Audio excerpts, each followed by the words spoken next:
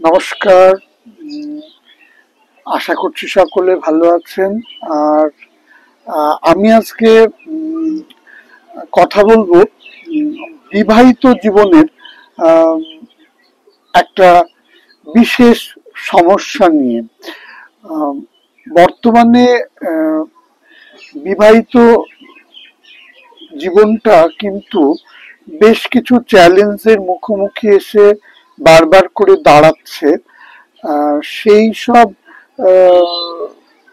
ইস্যুগুলোর মধ্যে একটা বড় ইস্যু হলো আহ, সন্দেহ করা, পারস্পরিক সন্দেহ। অর্থাৎ কোনো সময় একজন স্ত্রী তার স্বামীকে অতিমাত্রায় সন্দেহ করে, আর আবার অনেক সময় এরকম হয় যে স্বামীটি হয়তোবা তার স্ত্রীর প্রতি ভীষণ সন্দেহপ্রবণ। দুটো ক্ষেত্রেই কিন্তু সমস্যা খুব গুরুতর। মানে যখন এই সমস্যাটা তৈরি হয়, বিশেষ করে যে পরিবারগুলোতে হয়, সেই পরিবারগুলো কিন্তু আস্তে আস্তে ভাঙনের দিকে চলে যায়। আর প্রতিদিনের জীবনযাত্রা তো বিষাক্ত হয়ে উঠেই, বিষময় হয়ে যায়। সেজন্য আমি এই যে দাম্পত্য জীবনের সন্দেহের বিষ এসে গেলে সেই সেই দাম্পত্য জীবনটা কতটা বিষাক্ত হয়ে উঠতে পারে, তারই কিছু গল্প আজকে আমি আপনাদের সামনে নিয়ে আসব। সেই সঙ্গে এই যে সন্দেহটা তৈরি হয় স্বামী স্ত্রীর মনে, কেন তৈরি হয় সেটাও একটু খুঁজে দেখার চেষ্টা করব। একই সঙ্গে আমরা এখান থেকে কিভাবে বেরিয়ে আসব এই সমস্যাগুলো থেকে, সেটাকেও একটুখানা খোঁজার চেষ্টা করব। তো এই যে সন্দেহ তৈরি হয় স্বামী বা স্ত্রীর মনের মধ্যে, এটার একটা মনের জগতে একটা কারণ কিন্তু তৈরি হয়। কারণ বলতে একটা একটা বিশেষ অবস্থা তৈরি হয় যে সময়ে কোনো একজন স্ত্রী বা স্বামী তার মানে তারা পরস্পরকে সন্দেহ করছে, তখন আসলে তাদের মধ্যে একটা ডিলিউশন কাজ করে। ডিলিউশন বলতে এমন একটা ভ্রান্ত ধারণা বা বিশ্বাস, যেটার বাস্তব কোনো যুক্তি কিছুই তেমন থাকে না, কিন্তু সেই মানুষটার মধ্যে একটা বদ্ধমূল ধারণা তৈরি হয় যে সে যেটা ভাবছে সেটাই ঠিক। তাকে হাজার বার করে যদি কেউ বোঝায় তবুও সে সেটা বুঝতে চাইবে না কিছুতেই। যত যুক্তি প্রমাণের অভাবই থাক না কেন, সে সেটাকেই বিশ্বাস করবে এবং সে সেখানে থেমে থাকে না। কিন্তু তার মনের মধ্যে সে একটা কল্পনার জগৎ তৈরি করে নেয় এবং সেখানটায় সে তার মতো করে নানান রকমের দৃশ্য তৈরি করে। এইখান থেকেই সমস্যাটা কিন্তু তৈরি হয়, কারণ অন্য মানুষটার কাছে সেটা নর্মাল না হলেও যে ডিলিউশনে থাকছে তার কাছে কিন্তু তার কল্পনার জগৎটাই হচ্ছে একমাত্র সত্যি। বাকি চারপাশের মানুষেরা যাই কিছু বোঝাক না কেন, তার তাতে কিন্তু কিছু। ডিলিউশন হচ্ছে এই সন্দেহের একটা সব থেকে বড় কারণ। এছাড়াও কিন্তু বেশ কিছু কারণ রয়েছে, যেমন পারস্পরিক ভুল বোঝাবুঝি। অনেক ক্ষেত্রে অনেক ঘটনা বা অনেক পরিবেশ পরিস্থিতিতে এমন কিছু দৃশ্য বা এমন কিছু অবস্থা তৈরি হয় যেটা হয়তো সন্দেহ করার মতো একটা কিছু, কিন্তু আসলে সন্দেহ করার সত্যি সেখানে নেই। হয়তো একটু ভুল বোঝার কারণে সেই সন্দেহটা জাস্ট তৈরি হচ্ছে, এবং সেইটাকেই আমরা দীর্ঘদিন ধরে লালন করছি। এইভাবেও সন্দেহটা তৈরি হয়।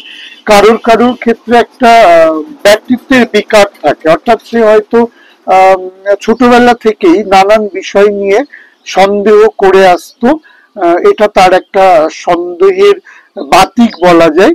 এবং পরবর্তীতে যখন সেই ছেলেটি বা মেয়েটি বৈবাহিক জীবনে আসছে, তখনও তাদের মধ্যে আবার সেই সন্দেহটা একটা নতুন আঙ্গিক নিচ্ছে, একটা নতুন রূপ নিচ্ছে, দিয়ে সেইটাকে কিন্তু আবার পুনরায় তারা তাদের জীবনে চালিয়ে নিচ্ছে। কিছু কিছু ক্ষেত্রে বংশ পরম্পরায় কিন্তু একটা সন্দেহগ্রস্ততার জায়গা দেখা যায়, অর্থাৎ কোনো মেয়ের মা হয়তো বা তার দিদা এরকম পরপর তাদের মধ্যে একটা তাদের স্বামীর প্রতি একটা সন্দেহের একটা অভ্যেস বা একটা বাতিক ছিল, সেটাও কিন্তু চলে আসে বংশগতির ধারায়। ছেলেদের ক্ষেত্রেও সেটা হতে পারে যে তার মানে সে হয়তো তার পূর্বসূরীদের কাছ থেকেই এই সন্দেহের যে অভ্যাসটা সেটা আস্তে আস্তে তার মধ্যে চলে এসেছে, এরকম কিন্তু হতে পারে। তো এই বিষয়টা যে কারণেই হোক না কেন, তার ফলাফলটা কিন্তু খুব মারাত্মক হয়। মানে এমন এমন পরিবেশ পরিস্থিতি তৈরি হয় এই সন্দেহের কারণে, যেটা একটা এত বড় ইস্যুতে পরিণত হয় যে সেটা হয়তো ডিভোর্সের দিকেও অনেক সময় চলে যায়। তো সেগুলো তো হয়ই। তো আমি একটু এইরকম সন্দেহের বশে কিছু পরিবারের কি অবস্থা তৈরি হয়েছিল সেরকমই দু একটা গল্প কিন্তু বলবো। যেমন আমার খুব একটা পরিচিত, তাদের সমস্যাটা আমি অবজার্ভ করেছিলাম যে স্বামীটির আসলে সত্যি সত্যি বেশ কিছু জায়গায় বৈবাহিক সম্পর্কের বাইরেও সম্পর্ক ছিল, কিন্তু সেই মানুষটি সেই ব্যাপারটাকে স্বীকার করতো না, এবং সেটা নিয়ে যাতে তার স্ত্রী তাকে বেশি কিছু বলতে না পারে, সেইটার জন্য তিনি উল্টিয়ে তার স্ত্রীকে প্রতি মুহূর্তে সন্দেহ করত, বা সন্দেহের পরিবেশটা সে হয়তো তৈরি করত, যার ফলে যেটা হতো যে ওই স্ত্রী, অর্থাৎ ওই ভদ্রলোকের স্ত্রী তার স্বামীকে কিছু বলতে পারতো না, উল্টিয়ে ওই স্বামীটি তার স্ত্রীকে নানান ভাবে অত্যাচার চালাতো, যে তোমার ওই পুরুষটির সাথে সম্পর্ক রয়েছে বা এই পুরুষটির সাথে সম্পর্ক রয়েছে। তো এইটা কিন্তু সেই অর্থে সন্দেহগ্রস্ততা কিন্তু এখানে পুরুষটির মধ্যে কোনো রোগের আকার নেয়নি, সে কিন্তু প্রি প্ল্যান এগুলো করছে। তো এটাও কিন্তু একটু খেয়াল রাখতে হবে যে অনেক ক্ষেত্রে একজন তার দোষগুলোকে ঢাকার জন্য অন্যজনের উপরে সন্দেহের একটা বাতাবরণ তৈরি করছেন। অনেক ক্ষেত্রে এরকম নয়, এরকম কিছু আমি কাজ করতে গিয়ে দেখেছি যে স্ত্রীটি অহেতুক সন্দেহ করে তার স্বামীকে। স্বামীটি তার জীবনযাত্রা, তার কাজকর্মগুলো সব জায়গাতেই কিন্তু নর্মাল ভাবেই চলাচল করে, এবং সত্যিকারের তার কোনো জায়গায় এক্সট্রা ম্যারিটাল অ্যাফেয়ার্স নেই, কিন্তু স্ত্রীর ভেতরে সন্দেহ করার মানসিকতাটা এতটাই তীব্র যে সে প্রতি মুহূর্তে তার স্বামীকে সন্দেহ করে, তার মোবাইল চেক করে, বারবার ফোন করে, সে যেখানে কাজে যায় সেখানে অবজার্ভ করার চেষ্টা করে বা নানান ভাবে সেখান থেকে খবরাখবর তুলে আনার চেষ্টা করে। এইভাবে কিন্তু সে তার প্রতিদিনের জীবনটাতে এই সন্দেহের বিষাক্ততা কিন্তু তৈরি করে। এগুলো তো একটা খুবই নর্মাল, আমি ছবির কথা আপনাদেরকে বললাম, কিন্তু এটার বাইরেও মারাত্মক জায়গাতেও চলে যায় এই সন্দেহের বিষাক্ততা। যেরকম হয়েছিল একটা গ্রামের দিকের একটা ঘটনা, সেখানটাই একজন স্ত্রী, সেই অর্থে সে কিন্তু কোনো পরকীয়ার মধ্যে যায়নি, কিন্তু তার স্বামী মনে করত যে তারই পাড়ার একটি ছেলের সাথে ওই তার স্ত্রীর একটা অবৈধ সম্পর্ক রয়েছে, এবং এটাকে সে দীর্ঘদিন ধরেই সন্দেহ করত। তেমন কিছু যে তার কাছে প্রুফ ছিল তা নয়, কিন্তু সে অনেকটাই তার মতন করে কল্পনা করে নিত, এবং এটা নিয়ে সে কিছু কিছু সময় গন্ডগোল অশান্তি তো করতই। হঠাৎই একদিন সে তার মেজাজটা হারিয়ে ফেলার কারণে হোক বা তার মনের মধ্যে সে কিছু ভিজুয়ালাইজ করে নিক, যে কারণেই হোক, ওই ছেলেটিকে এই সন্দেহপ্রবণ মানুষটি হঠাৎই ধারালো দা দিয়ে আক্রমণ করে, এবং যাকে আক্রমণ করে সে রক্তাক্ত অবস্থায় চিৎকার করে পড়ে যায়। এরই মধ্যে আশেপাশের লোক ছুটে আসায় সে পুনরায় আর আঘাত করতে পারে না, যার ফলে হাসপাতালে তাড়াতাড়ি করে নিয়ে যাওয়ায় ওই যাত্রায় ওই আহত মানুষটি কিন্তু বেঁচে যায়, সে কিন্তু মারাও যেতে পারতো।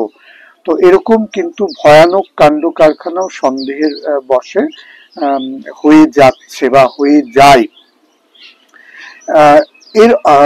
এর আরো একটা সাইড ইফেক্ট কিন্তু রয়েছে, সেটা হচ্ছে যে এটা তো গেল যে যখন সন্দেহটাকে সে এক্সপ্রেস করছে আমরা সেটা দেখতে পাচ্ছি, কিছু ক্ষেত্রে হয়তো সন্দেহ প্রবণতা এবং অশান্তিটা তিল তিল করে এমন জায়গায় চলে গিয়েছে যে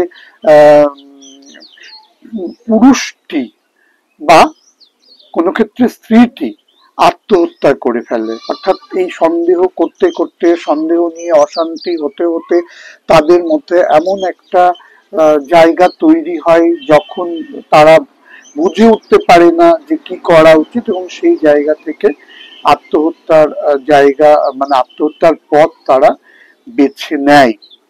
এর ফলেও বুঝতেই পারছেন যে যদি তাদের সন্তান থাকে, সেই সন্তানগুলোর কিন্তু ভীষণ অসুবিধার জায়গা তৈরি হয়। এরকম তো ব্যাপারগুলো রয়েছে, সে সাথে সাথে আরো ছোটখাটো কিছু অসুবিধার জায়গা তৈরি হয়। যেমন প্রতিদিন যদি সন্দেহের কারণে কোনো পরিবারে অশান্তি হয়, সেখানকার বাচ্চাগুলো কিন্তু ভীষণভাবে ক্ষতিগ্রস্ত হয়। আশেপাশের যারা পাড়া প্রতিবেশী তারাও অনেক সময় অসহিষ্ণু হয়ে ওঠে, একটা বিরক্তির পরিবেশ তো তৈরি হয় বটেই।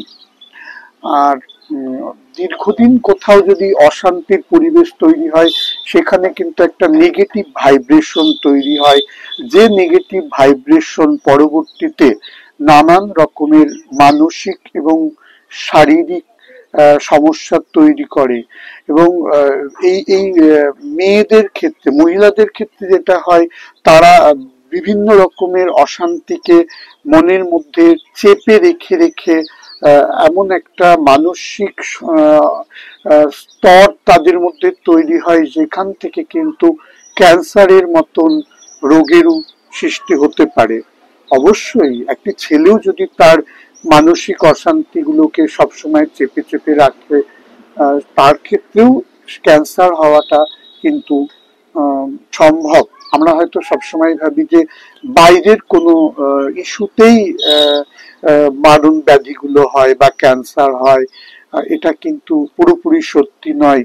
কারণ গবেষণা বলছে মানসিক রোগটাও কিন্তু ক্যান্সারের মতন বা অন্য কোনো মারণ ব্যাধির কারণ হয়ে উঠতে পারে অনেক সময়।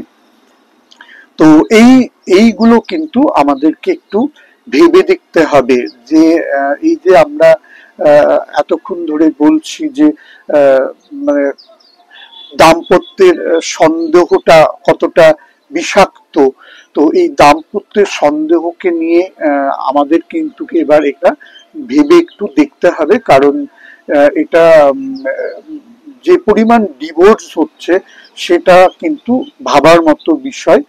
আর আমরা যদি দাম্পত্য জীবনটাকে একটু সন্দেহের জায়গা থেকে সরিয়ে আনতে পারি, যদি মানে যে যার পার্টনার পরস্পর যদি নিজেদের প্রতি একটু বিশ্বাসটাকে রাখতে পারি বা প্রত্যেকের প্রতি একটু লয়াল হতে পারি, একটুখানা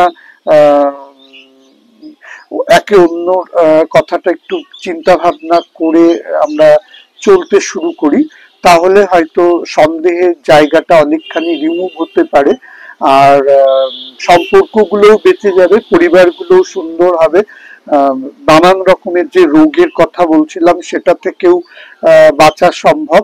আর বাড়িতে যে নেগেটিভ ভাইব্রেশন তৈরির কথা বলছিলাম সেটাও কিন্তু নেগেটিভ ভাইব্রেশন থেকে আমরা বেরিয়ে এসে বরং সেখানে পজিটিভ ভাইব্রেশন তৈরি করতে পারবো। তো এই ব্যাপারগুলো তো আমরা একটু সচেতন হয়ে উঠলেই করতে পারি, কিন্তু কিছু ক্ষেত্রে তো হয়তো আমরা সেই সচেতনতার জায়গায় থাকিও না, কারণ এই সন্দেহের অবস্থায় যারা সন্দেহের মধ্যে থাকে তারা এটাকে এতটা নর্মাল ভাবে তারা তো বুঝতেই চায় না যে এটা একটা একটা সমস্যা বা এই ক্ষেত্রে ভুল বা মিথ্যা কিছু তাদের জীবনকে একটা নষ্ট করে দিচ্ছে, কারণ তাদের কাছে তো ওটাই সত্যি।